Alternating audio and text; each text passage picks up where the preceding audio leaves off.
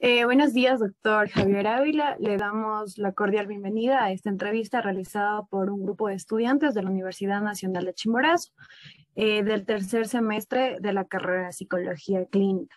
La entrevista consta de un total de 6 preguntas que van a estar realizadas respectivamente.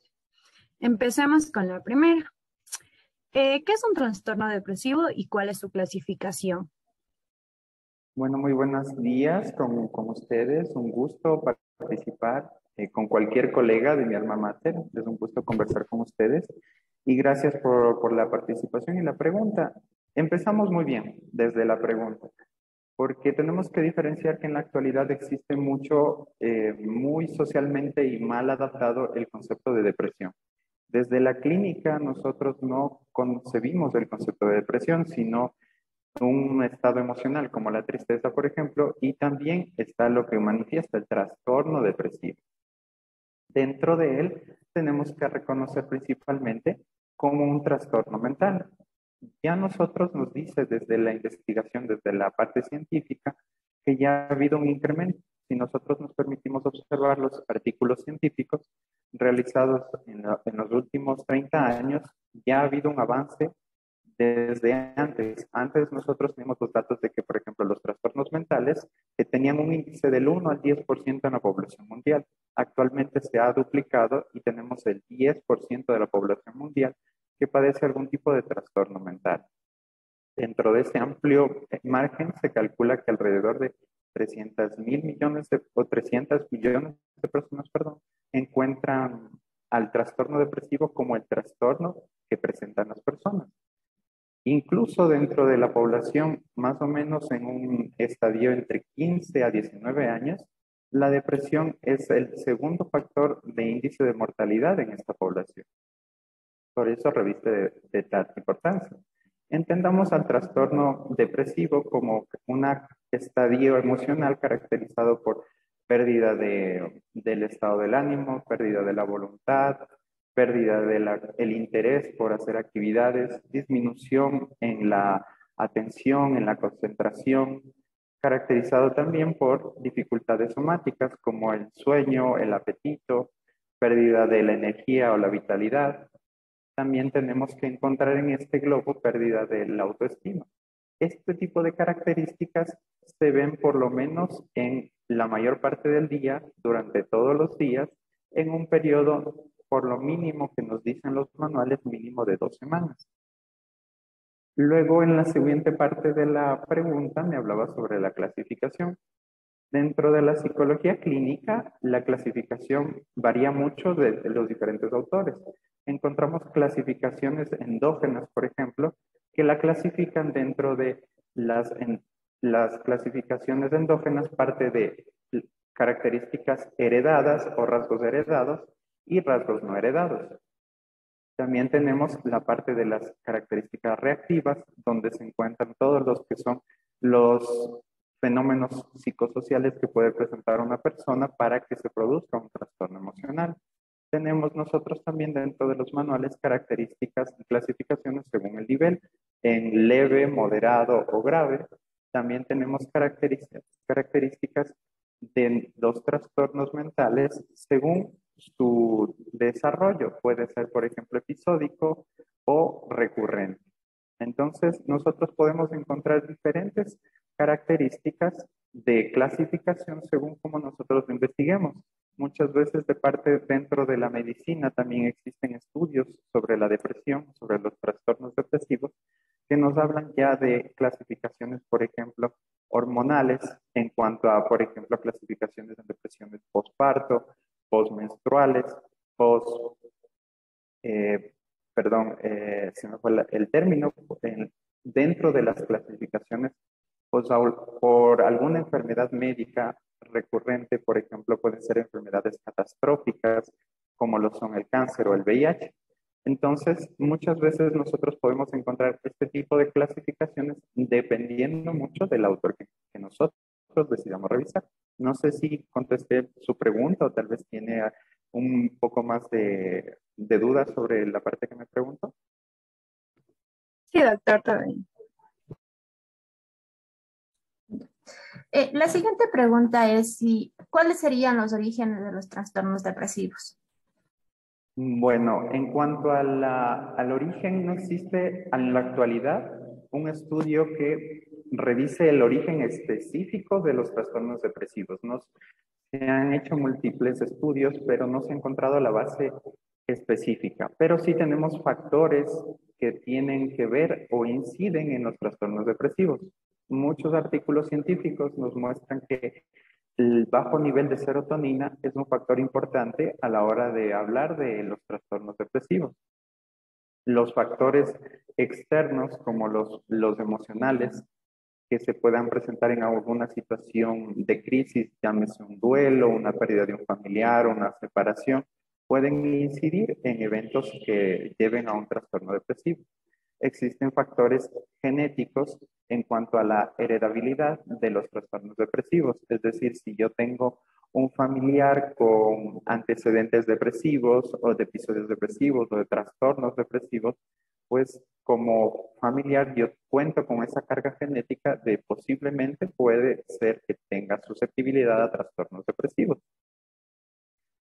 También debemos tomar en cuenta que puede ser relacionado, como les decía, con enfermedades médicas, sobre todo enfermedades catastróficas, como lo son el VIH o algún tipo de cáncer. En este tipo de dificultades también es frecuente ver que existen episodios depresivos, pero como factores que influyen en los trastornos depresivos.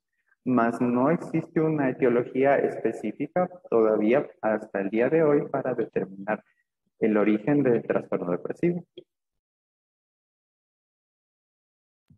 Listo, muchas gracias, doctor. La siguiente pregunta es, ¿qué tipo de personalidad es más probable, o sea, qué personas con qué personalidad es más probable que tengan este trastorno depresivo o que padezcan este trastorno depresivo? Bueno, es muy importante, ya que toca este tema, que nosotros tomemos muy en cuenta a la hora de ya en su futuro se encontrarán en las prácticas o cuando ya estén en su carrera profesional, ustedes comienzan a adquirir conocimientos. Pero es muy importante diferenciar entre el conocimiento experiencial, es decir, el que ustedes van a adquirir en sus experiencias, y el conocimiento científico. Muchas veces puede que confundamos uno con otro y digamos, por ejemplo, yo tuve 30 pacientes, de los 30 pacientes todos tenían, por ejemplo, rasgos histriónicos, se me ocurre pensar, y todos tuvieron depresión. Entonces, puedo llegar a erróneamente pensar en mi conocimiento experiencial que el rasgo de personalidad que más se presenta es el histriónico, cuando nosotros tenemos que basarnos más en la parte científica que nos compete. Yo no les hablo de mi experiencia, desde mi parte profesional, sino desde la parte científica. La parte científica nos habla que sí existe una correlación directa entre los trastornos de personalidad, los rasgos de personalidad y los trastornos depresivos. Dentro de los que más frecuentemente vamos a encontrar está el neurótico, que por su propia característica vamos a encontrar que es ansioso y preocupado, tiene más relación con los trastornos depresivos. También lo encontramos en el psicótico, que también por sus características de aislamiento, de insensibilidad, que incluso pueden llegar hasta la parte antisocial, pues tienden a presentar más este cuadro de trastornos depresivos que otros trastornos de personalidad o rasgos de personalidad. Muchas gracias, doctor. Muchas gracias, doctor. Bueno, la siguiente pregunta se vincula con las anteriores, ¿no? ¿Cuáles serían las manifestaciones clínicas que aparecerían en estos trastornos depresivos? Estos pueden ser tanto signos o síntomas que se puede presentar en ellos. Bueno, dentro de estos vamos a encontrar varios. No existe un orden específico en el cual se puedan presentar. Sí es cierto que sí se pueden presentar varios de ellos, algunos, no todos, en otras personas todos, pero tenemos más o menos un estándar de características que pueden tener. Dentro de ellos está la tristeza, encontramos la pérdida de la voluntad, abulia, la pérdida del interés por hacer las cosas, apatía, la pérdida del placer por disfrutar de las cosas, la anedonia. Encontramos también dificultades somáticas como el sueño, aumento del sueño o decremento del sueño. Encontramos dificultades en el apetito, aumento del apetito, disminución del apetito. Encontramos dificultades para la concentración, dificultades para mantener la energía o tener energía durante el día, disminución en la parte de la autoestima, y también tenemos en la parte del pensamiento, a veces pensamiento, dificultad, como les manifestaba, para concentrarse, pero sobre todo en lo que tenemos que tomar mucho en cuenta es en la parte de la ideación de muerte o ideación suicida. En esta parte es donde más, en la parte clínica, nos enfocamos mucho cuando hablamos de trastornos depresivos. Por otro lado, esto ya en términos generales, hablándolos de la pregunta que me hacía, pero es importante destacar que existen también los llamados síntomas que no aparecen normalmente, los no habituales, caracterizados sobre todo en la parte de los niños y de los jóvenes, de los adolescentes, donde no presentan síntomas típicos, sino ya son síntomas atípicos, no frecuentemente vistos incluso en los manuales. En estos síntomas, por ejemplo, vamos a encontrar la irritabilidad o la ira frecuente en los niños que, por ejemplo, por lo general comienzan a estar muy irritables, muy enfadados, constantemente se enojan por todo. Vamos a encontrar que este tipo de sintomatología también es frecuente en los trastornos depresivos, sobre todo en este grupo etario. Gracias, doctor. Ya. Bueno, la siguiente pregunta de igual manera tiene relación con las anteriores. Es ¿cómo se diagnostica el trastorno depresivo? Bueno, muchísimas gracias por la pregunta. Vamos, igual en investigaciones siempre nos basamos en la parte científica. Es importante no irnos a nuestra experiencia, sino desde la parte científica. Existen muchos artículos que buscan la manera de diagnosticar de la mejor manera posible los tipos de trastornos depresivos. Los artículos han intentado incluso mediante imágenes, mediante tags, buscar cómo se ve el trastorno depresivo, pero no han encontrado todavía resultados muy eficaces a la hora de diagnosticarlo. Por ende, hasta la actualidad, la mejor manera para diagnosticar sigue siendo una buena entrevista psicológica mediante una buena historia clínica, puede ser con la aplicación o no de baterías psicométricas, de test psicológicos en depresión, pero esa es esencialmente la manera de nosotros determinar o diagnosticar un trastorno depresivo. Ya, y más o menos, ¿cuál es el periodo de tiempo que permite diferenciar la tristeza de un cuadro depresivo? Los manuales nos mencionan que por lo menos necesitamos de un periodo de 2 semanas. Menos de 2 semanas en este episodio podríamos estar hablando tal vez solo de un estrés agudo o de algún estado de duelo. Simplemente se me murió mi gatito y me puse a llorar. Pues es normal que esté llorando porque se le murió gatito ese día y no hablaríamos de un trastorno depresivo. Muchísimas gracias, doctor. Bueno, doctor, me permito hacer las últimas 2 preguntas. La primera es, ¿qué tratamiento se utiliza para los trastornos depresivos? Muchas gracias, permítase nomás. Vamos a hablar de trastornos depresivos.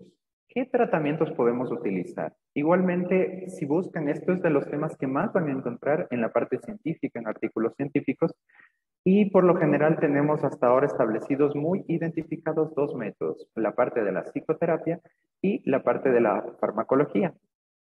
En la parte de la psicoterapia nosotros podemos encontrar que se recomienda sobre todo para trastornos en estados leves, hablando de trastornos depresivos.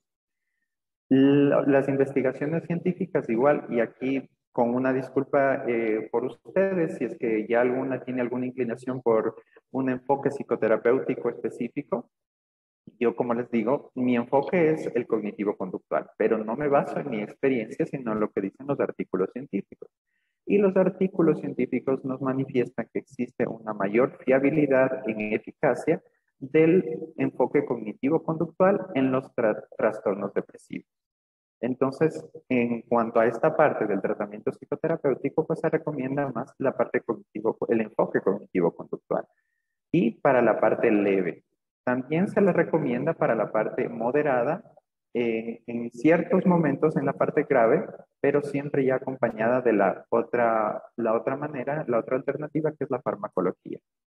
Nosotros como psicólogos clínicos no manejamos lo que es farmacología, no podemos recomendar o recetar ningún tipo de medicamento a los pacientes, pero sí es importante que conozcamos sobre esto, que tengamos las bases de la farmacología, porque nos vamos a encontrar ya en la práctica que no solo somos terapeutas de nuestros pacientes, sino muchas veces somos psicoeducadores de ellos. Van a venir casos que fueron donde el médico les recetó tal pastilla, nosotros le preguntamos, ¿para qué sirve? No sé. ¿Qué efectos secundarios tiene? Desconozco. Entonces, nuestra parte como psicólogos también es psicoeducar a nuestros pacientes, conociendo un poco la fiabilidad. Hay que tomar en cuenta que la farmacología se recomienda especialmente en casos de trastornos depresivos desde moderado hasta grave, y en nuestro país, por lo menos, lo que más se utiliza son fluoxetina y sertralina. Es importante conocer qué medicamentos se utilizan frecuentemente en nuestro país para saber las contraindicaciones. Entonces, a veces va a haber pacientes que vengan, por ejemplo, con sueño, que se sienten con sueño, que se sienten decaídos, con problemas gastrointestinales. Nosotros podemos comentarles que tal vez sea debido al uso del medicamento. Y es importante que le comenten esto a su médico para que él les recete otro medicamento, les baje la dosis, les modifique la dosis. Pero a veces los pacientes desconocen que les está pasando estas contraindicaciones por la farmacología. Y por último, pues también rescatar que los artículos científicos también nos dicen que la mayor eficacia la tiene la combinación tanto de la farmacología como de la psicoterapia. Gracias, doctor. Y la última pregunta es, ¿qué puede hacer un familiar para ayudar a un pariente que padece trastorno depresivo? Esta parte es muy importante. Cuando ustedes se topen con familiares que tienen pues algún conocido, algún hijo, algún padre que está pasando por un trastorno depresivo, es habitual que un familiar se preocupe, ¿no es cierto? Se ponga angustiado por lo que está pasando, quiera hacer algo para que se sienta bien. Y ahí es donde nosotros entramos para psicoeducar a los pacientes. Los familiares no tienen el rol de hacer sentir mejor a la persona. Esa es la parte errónea. Ese es el trabajo del círculo primario profesional, es decir, nosotros, los psicólogos, los psiquiatras, son los que nos encargamos de mejorar el estado de ánimo. Los familiares tienen más un rol de sostén y soporte, en el sentido de, por ejemplo, identificar los cambios de comportamiento, los cambios de conducta, los cambios emocionales que puede presentar un familiar, un niño, un adolescente, un adulto mayor. Entonces, notar este tipo de cambios y recurrir a una evaluación psicológica pertinente, a una evaluación médica pertinente por este tipo de cambios que es normal que nosotros utilicemos, por ejemplo, cada 6 meses se recomienda ir al odontólogo, cada 6 meses se recomienda una profilaxis médica. Entonces, de la igual manera, cada 6 meses, cada año, intentar acudir con un psicólogo, un psicoterapeuta para hacer una valoración general y ver nuestro estado, cómo está nuestro estado de ánimo, nuestro estado emocional, nuestro estado mental, que puede verse afectado por una u otra manera. Para los familiares, la recomendación es notar estos cambios y acudir con el psicoterapeuta. También podemos utilizarlos como una especie de soporte o apoyo, que los familiares nos ayuden de alguna manera empujando o motivando al paciente a que acuda y se adhiera al tratamiento psicoterapéutico, que es importante. También es importante que busquen tratar de que tengan una calidad de vida igual a la que poseían normalmente, que sea lo más normal posible. Es en lo que se pueden enfocar los familiares de personas con trastornos depresivos. Muchas gracias por su colaboración, doctor Javier, y estas respuestas serán muy tomadas en cuenta en la cátedra de psicopatología y esperamos, si es que se da la oportunidad, claro, que nos pueda seguir colaborando con su intervención, que en realidad fue muy agradable. Muchas gracias. Igualmente, con mucho gusto.